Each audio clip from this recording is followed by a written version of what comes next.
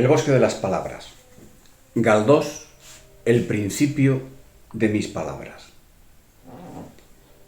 En ocasiones el espíritu humano se muestra intranquilo y pone en el hombre sensaciones como si fueran convulsiones que primero son esporádicas, que luego se van haciendo frecuentes, más persistentes y que finalmente llegan a ser agobiantes.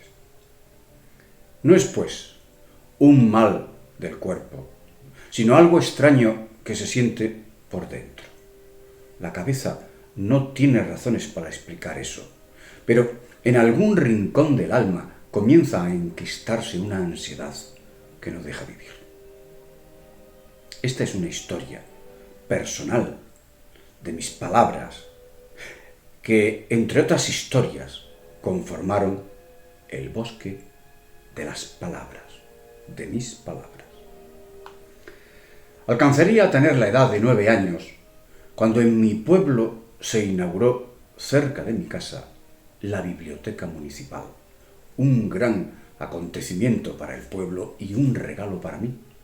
Lo era porque con anterioridad el único nexo que con la lectura me unía era la de la triste pero simpática biblioteca del convento de las monjas, a donde realmente acudía todos los domingos de invierno a recoger historias de santos y llevármelas a mi casa para leerlas en el hogar. Historias ejemplares de las vidas de los santos que engullía al amor de aquella lumbre en días festivos, en días de domingo.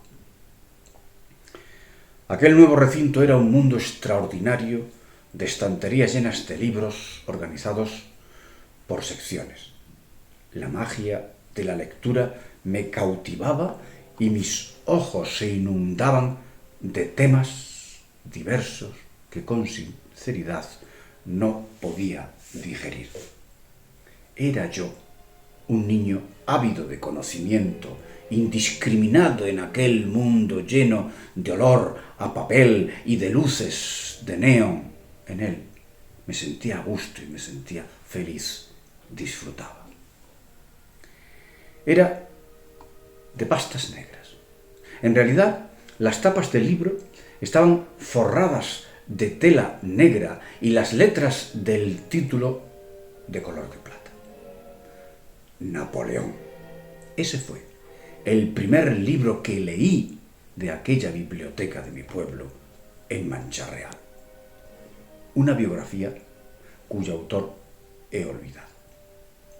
Pero aquella lectura, aunque en realidad pesaba a veces, comenzó a cautivar mi interés por un siglo convulsivo, precipitado en los acontecimientos históricos, sociales, políticos e industriales. Un siglo que marcaría la vida de los siglos verdaderos. Esos siglos que luego, con el paso del tiempo, nos han traído la historia que ahora vivimos, aquellos siglos venideros que fueron estos. El siglo del romanticismo fue aquel del 19.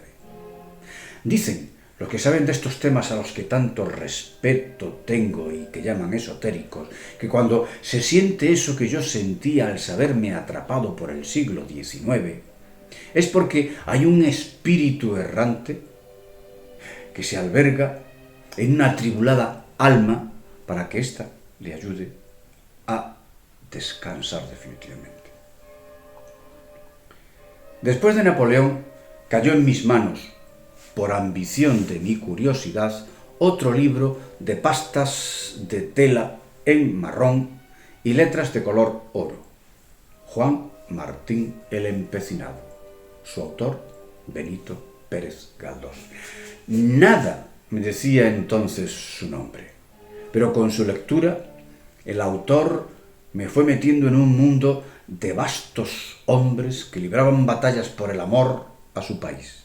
Me iba dando las pautas de la historia que fue forjada a sangre, a fuego, de las gentes que creían, a fuer de ser luego traicionados, en su rey y en España.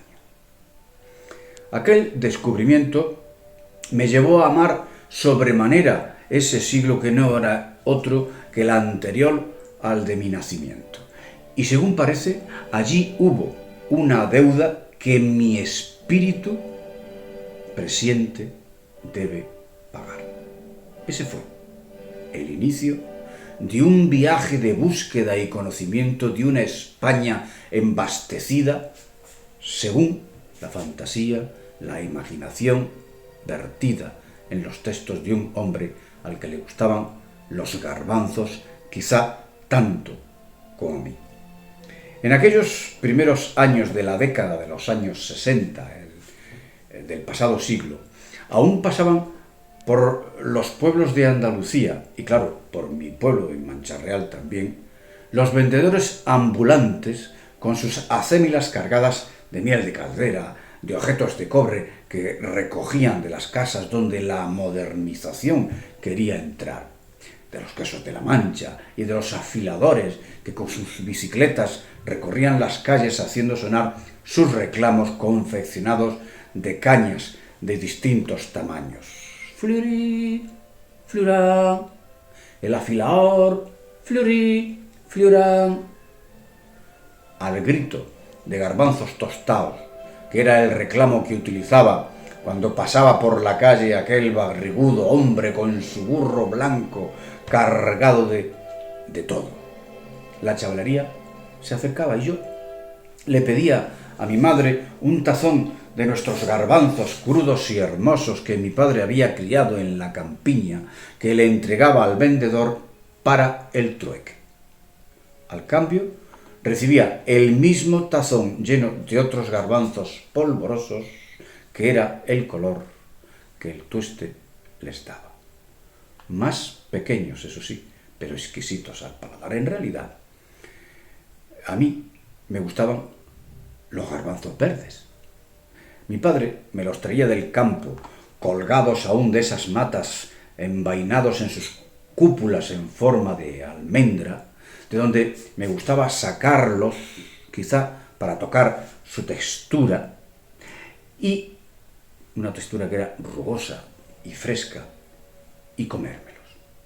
El placer de sentir cómo se deshacían en la boca no tenía comparación, ninguna comparación con otra sensación culinaria, salvo cuando los tomaba ya maduros y reblandecidos, pero no cocidos, para acompañarlos en el guisado, en el puchero, en el cocido madrileño. El gusto era entonces distinto, y aunque a mí no me disgustaba, mi madre me miraba sorprendida cada vez que los comía y me espetaba.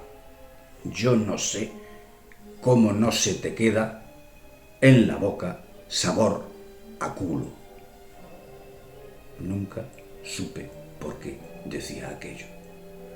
Para Benito, el cocido madrileño fue quizás el mejor manjar posible en un siglo tan atribulado y escaso, porque contiene una variedad de ingredientes que conforman las necesidades vitamínicas del organismo humano y porque era un plato para gentes poco pudientes. A él le gustaba sobremanera y por el uso que hizo en su obra y en su vida de ellos, de los garbanzos, y por eso apodaron a don Benito Pérez Galdós, sus opositores políticos y sus amigos literarios, don Benito el Garbancero.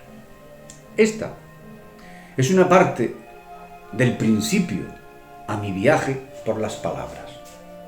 Después leí a Galdós, lo estudié, supe del realismo, del naturalismo. Encontré desde muy niño al que llegaría a ser un buen amigo.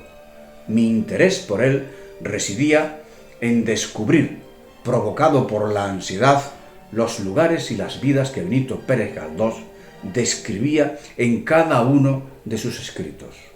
En realidad, enciclopedias de historia, de política, de sociología humana, de psicología. Con Galdós aprendí que el bosque de las palabras las decimos las personas y las personas hacemos la historia. Muchas gracias.